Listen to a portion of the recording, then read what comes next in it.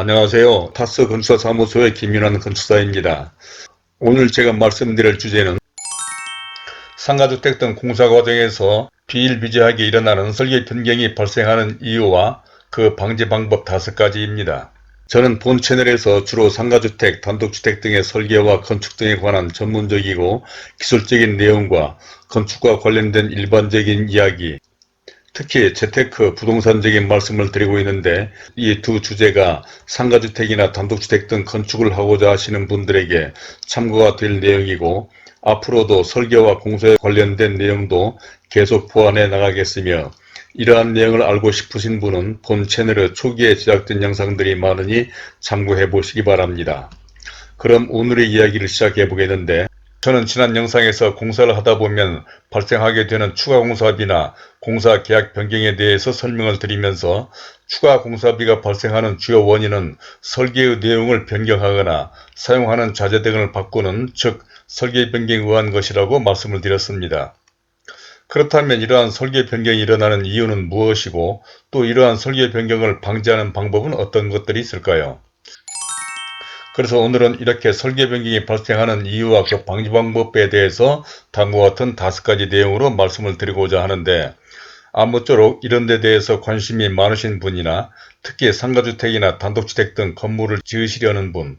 재테크와 부동산에 관심을 가지신 분 등에게 참고가 되리라 생각하며, 먼저 보시기 전에 구독과 좋아요 그리고 선풀을 남겨주신다면 저에게도 큰 힘이 되어 이러한 영상을 만드는 데 도움이 될 것 같습니다.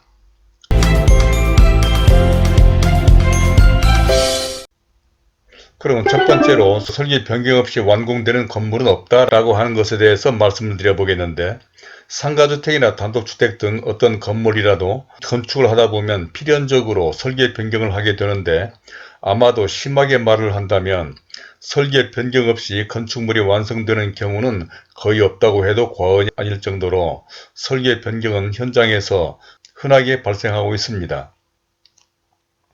이러한 설계 변경이 발생하는 이유는 아래에서 하나하나 짚어보겠지만, 사실 설계 변경은 잘하면 건물의 완성도를 높일 수도 있고, 때로는 일반 건축주들이 가장 경계하는 공사비 등 비용이 추가되거나 공사기간이 연장되는 주요한 원인이 되기도 합니다. 또한 이러한 설계 변경은 건축 허가가 난 이후 사용 승인 전까지 설계 내용을 변경하는 것으로서, 어떤 건축주들은 아무 것이나 바꾸고 변경하면 설계 변경이 모두 가능한 것처럼 잘못 생각하는 경우가 있는데, 이는 지난 추가공사비 영상에서 잠깐 언급한 바와 같이 변경되는 부분이 건축법이나 지구단위 지침 등 관련 규정과 허가 조건에 맞을 때 가능한 것으로, 설계와 다르게 공사되거나 변경하고자 할 때는 반드시 설계자와 협의해서 변경이 가능한지도 판단받아 봐야 할 것입니다. 다음은 두 번째로, 건축주나 발주자의 의도 변경에 대한 것인데, 설계 변경이 가장 많이 발생되는 원인은 여러 가지지만 그 가운데 주요한 원인 중에 하나는 발주자나 건축주의 변경 요구일 것입니다. 그러니까 건축주가 최초 설계를 할 때의 생각과 상황이 바뀌어 설계의 내용이나 사용 자재 등을 변경해달라는 요구를 하는 것인데, 물론 살다 보면 사람이기 때문에 생각도, 돌아가는 상황도 바뀔 수는 있을 것입니다. 그러나 이러한 변경은 때로는 비용과 시간이 요구되는 일일 수도 있어서 그야말로 신중하게 결정해야 하는 것으로, 이러한 일을 방지하기 위해서는 지난 영상 등에서 설명한 바와 같이 설계 과정에서 충분한 시간과 여유를 갖고 생각할 수 있는 모든 안들을 다 검토해보며 사용 자재 등의 선택에서도 신중하게 결정해야 합니다. 특히 건축이란 극히 주관적이어서 설계의 모든 안들은 제각각 장단점들이 있어서 선택이 어려울 수도 있고, 또 사용 자재는 품질이나 가격이 다르고 특징 등이 있어 이러한 정보도 설계자로부터 정확하게 자문을 받아 신중하게 선택하는 것이 나중에 설계 변경이나 추가 공사비의 발생을 억제할 수 있는 것이죠. 특히 이러한 변경은 해당 공사나 자재의 시공 전에 미리 하는 것이 좋은데, 만약 이미 공사가 된 부분이라도 사용 승인 전이라면 바꿀 수도 있고 설계를 변경할 수 있기는 한데,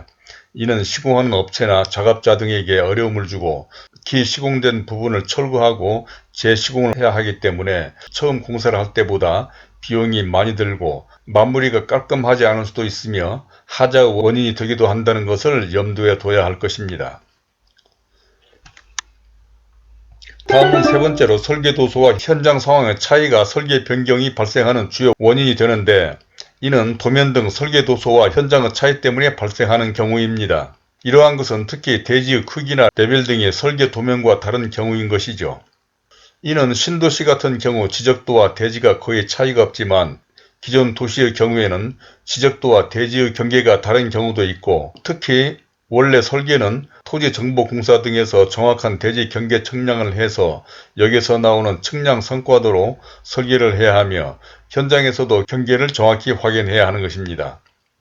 그런데 대체로 관계기관에서 발행해주는 토지이용계획 확인원으로 설계를 하는 경우가 많아서 막상 공사를 시작하려는 과정에서 설계 도면과 대지 상황이 맞지 않아 문제가 되는 경우가 있습니다. 또한 경계는 맞지만 인접 건물이 대지를 침범한 경우도 기존 도시에서는 흔히 볼 수가 있는데, 이때는 소송 등으로 내 땅을 찾을 수는 있지만 현실적으로 공사하려는 입장에서도 그렇고, 특히 소송기관 등으로 별 수 없이 이를 고려한 설계 변경을 하는 경우도 종종 일어납니다. 이 밖에도 대지의 레벨 차이나 도로와 대지의 관계 등이 설계 도면과 다를 경우도 있을 수가 있는데,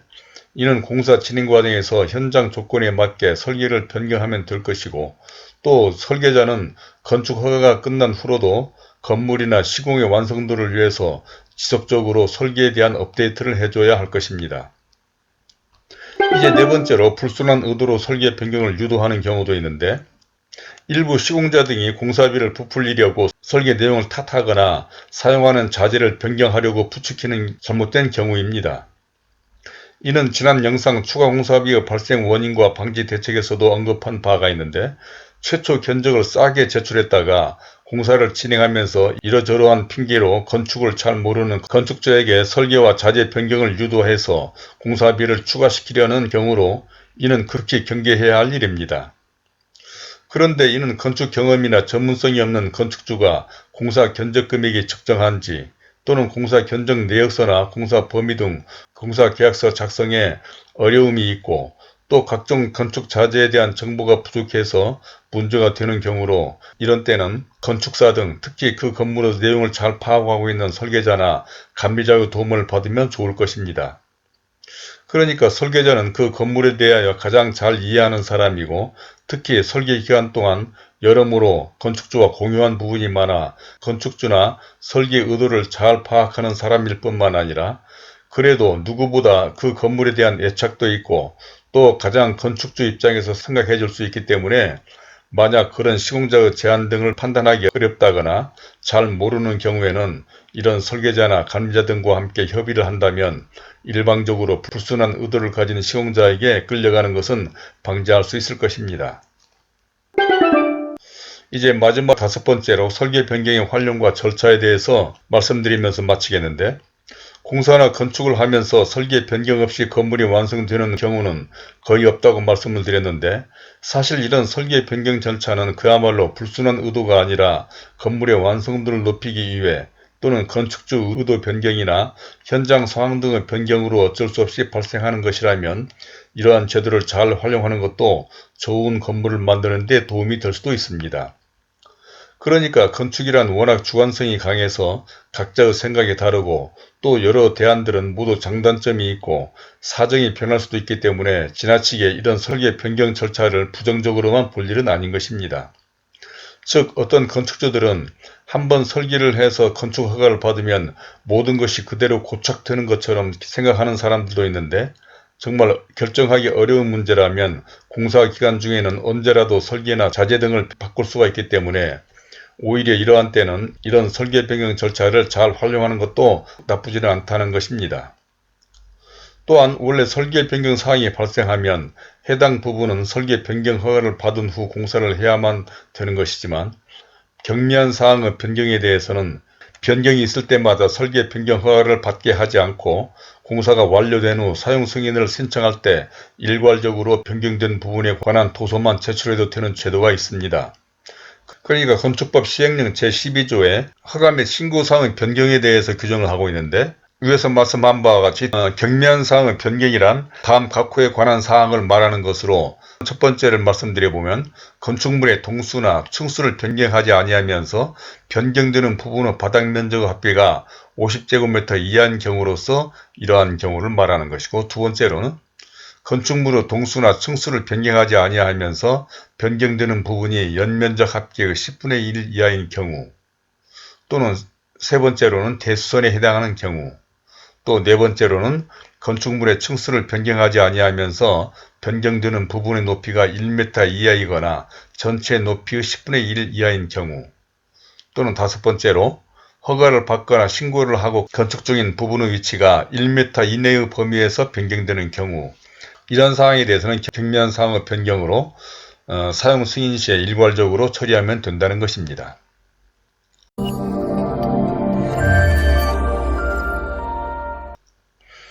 자, 이제까지 건축을 하다가 필연적으로 발생하는 설계 변경을 하는 이유와 그 이를 방지하는 방법에 대해서, 첫 번째로 설계 변경 없이 완공되는 건물은 없다. 두 번째로는 건축주나 발주자의 의도 변경. 세 번째로는 설계도서와 현장 상황의 차이. 또 네 번째로는 불순한 의도로 설계 변경을 유도하는 경우도 있고, 또 다섯 번째로 설계 변경의 활용과 이러한 설계 변경의 절차에 대해서 말씀을 드려봤습니다. 세상을 살다 보면 이런저런 모양으로 상황과 사정이 바뀔 수도 있습니다. 또 사람이기 때문에 그런 사정들로 인해서 생각이 달라질 수도 있기 때문에 설계 변경이나 용도 변경 등의 제도와 절차를 만들어진 것으로, 사실 이러한 변경은 가급적이면 하지 않는 것이 좋을 것입니다. 이는 어떤 의도로든 바꾸거나 변경을 하게 되면 그에 수반되는 일이 따르고, 여기에는 비용과 시간이 소요되며, 또 일반 건축주들이 가장 경계하고 염려하는 공사비 추가가 발생하기 때문인데, 혹시 이런 데 대한 궁금한 점이나 의견 등이 있으시면 선플로 남겨주시기 바랍니다. 그러면 그런 점 등에 대해서도 더 자세한 설명을 해드리도록 하겠고, 또 구독과 좋아요를 눌러주신다면 본 채널에 관련된 다른 많은 참고 영상들을 보실 수도 있으며, 화면 왼쪽에 제가 추천하는 이 영상들도 꼭 참고해 보시길 바라면서 오늘은 이것으로 줄이도록 하겠습니다. 감사합니다.